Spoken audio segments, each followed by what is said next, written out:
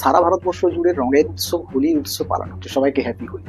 কিন্তু আমাদের বাংলায় একটা বিতর্ক তৈরি হচ্ছে যে হোলি উৎসব যেটা মূলত উত্তর ভারত বা উত্তরের যে গবলয় রাজ্যগুলো রয়েছে সেখানে মূলত হোলি উৎসবটা প্রচলিত, কিন্তু বাংলায় কিন্তু সেটি মূলত দোল উৎসব বা বসন্ত উৎসব নামে পরিচিত। হ্যাঁ, আমরা জানি, আমরা এই নামেই মূলত চিনি। আসলে হোলি উৎসব বা দোল উৎসব দুটোর মধ্যে সেভাবে কিন্তু কোনো অর্থগত পার্থক্য নেই, ব্যুৎপত্তিগত দিক থেকে সামান্য একটু পার্থক্য রয়েছে। যখন শ্রীকৃষ্ণ শ্রী রাধিকার সঙ্গে রং বা আবির খেলেছিলেন এবং সেখানে তাদের মধ্যে যখন প্রেম বিনিময় হয়েছিল এবং সেই উৎসবে যখন গোপীবালাগণ সবাই মিলে আনন্দ উৎসবে মেতে উঠেছিলেন রঙের খেলায়, সেখান থেকেই হোলি উৎসবের সূত্রপাত।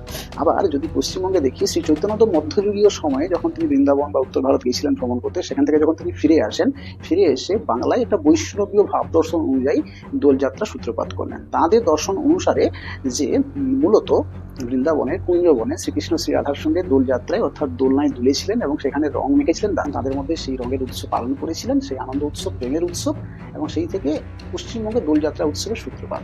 আবার যদি পশ্চিমবঙ্গে একটু আমরা এগিয়ে আসি তাহলে দেখব যে যখন রবীন্দ্রনাথ ঠাকুর যখন ছিলেন, বিশ্ববরেণ্য কবি রবীন্দ্রনাথ ঠাকুর, তিনি শান্তিনিকেতনে একটা সাংস্কৃতিক প্রেক্ষাপটে মিলন মেলায় একটা সমস্ত জাতি ধর্ম বর্ণ নির্বিশেষে স্বাধীনতার আগে আগে সেখানে তিনি যে উৎসব শুরু করেছিলেন সেটি ছিল বসন্ত উৎসব। যেহেতু বসন্তকালে শুরু হচ্ছে এই উৎসব, আবার যদি বিহারে আমরা চলে যাই, যেহেতু ফাগুন মাসে উৎসব অনুষ্ঠিত হয় তাই এর নাম আবার সেখানে ফাগুয়া। আবার যদি আমরা হরিয়ানায় চলে যাই, সেখানে উৎসব নাম ধুলেটি উৎসব। যেখানে এরকম প্রচলিত মত রয়েছে যে সেখানে শ্রীকৃষ্ণ ধুলির পুজো করেছিলেন, তাই সেখানে সেই উৎসব ধুলেটি উৎসব নামে পরিচিত। আবার মহারাষ্ট্রের এই উৎসব রং পঞ্চমী নামেও পরিচিত। মণিপুর থেকে শুরু করে, আসাম থেকে শুরু করে, উত্তরপ্রদেশ থেকে শুরু করে, তামিলনাড়ু থেকে বিভিন্ন রাজ্যে এই উৎসবের বিভিন্ন নামে পরিচিত, কিন্তু অর্থ একই এবং মিনিং বা আমরা যদি দেখি তার ব্যাপক অর্থ যদি দেখি সবই এক। সেটি হচ্ছে মিলন মেলা এবং প্রত্যেকের সঙ্গে একটা সম্প্রীতির বন্ধনে আবদ্ধ হয়ে থাকবেন।